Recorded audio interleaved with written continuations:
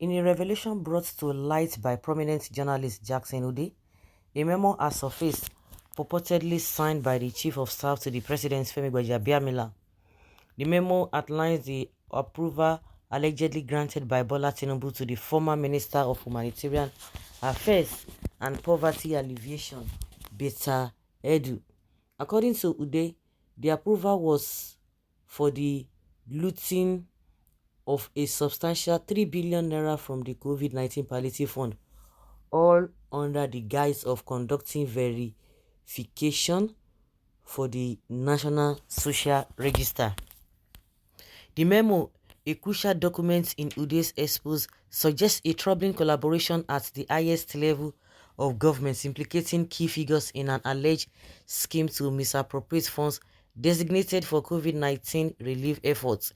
The approval ostensibly granted to Edu raises significant ethical, and legal concerns, as it points to a deliberate effort to exploit the pandemic response for personal gain.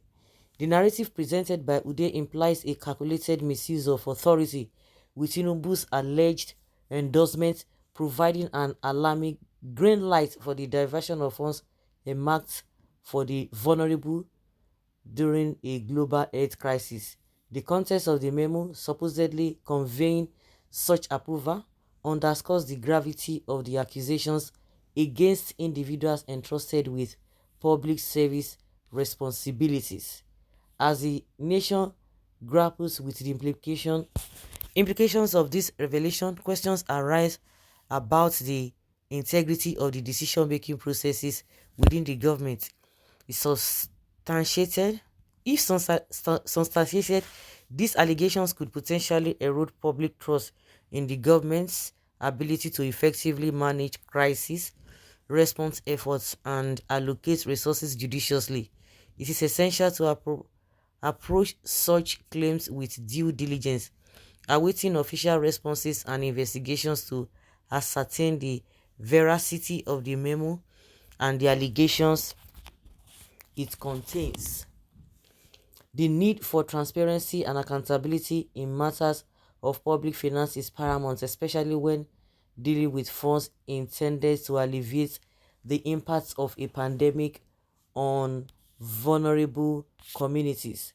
The unfolding narrative shaped by Ude's reports underscores the importance of a robust and partial investigation into the alleged misconduct. The product deserves clarity on whether such approvals and actions indeed took place, and if so, what legal consequences may follow. As the story continues to develop, it serves as a stark reminder of the critical role journalists play in uncovering potential wrongdoing within the corridors of power. The responsibility now lies with relevant authorities to thoroughly investigate the claims and provide the public with a transparent accounts of the events in questions. COVID-19 palliative fund is still with APC government. Meanwhile, there's no funds to run the government. Instead, they are borrowing and increasing fuel prices. Nothing will come out of this. Let's just forget it. Can't we just reason with our God-given faculty? What is the correlation between an approval and looting? Now, wow, may Allah save us from evil people. Thunders will look. Will you all for that Asurok, you wicked people? When most of Nigerian citizens are hungry outside here, my God will judge you, or your mind no go touch ground. My mind no go touch ground. This Betta Edu, you think she worked in isolation? No, she did not work in isolation. That is what some people believe, and some people are trying to justify or trying to make excuse for her. Oh, there may be civil servants, at the end of this, only civil servants, they will always put all this blame on. That is why people need to have a very, very good experience when you're going into that. Some people have heard that, oh, civil servants are this or that and all those things. So when you are going to eat with the devil, your spoon must be long. So now that some people are aware of some of the things that civil servants do, but the politicians or the ministers, they will still go there and still fall into their trap, because it is not an excuse. Because if you say, oh, maybe the civil servant has this and that, then why should you connive with them? Why should you fall for their antics? The Gbajabiamila himself, his name has been mentioned in most occasions. Just recently, we are hearing that what is it called, the COVID-19 palliative that some people took loan. I don't even understand, because this is Nigeria. That's why since that COVID-19, that's when I got to know that these our politicians, they carry majority of them, they don't go die well. They don't care. They don't have conscience. They don't have the fear of God. They don't have the fear of humanity. They don't just do.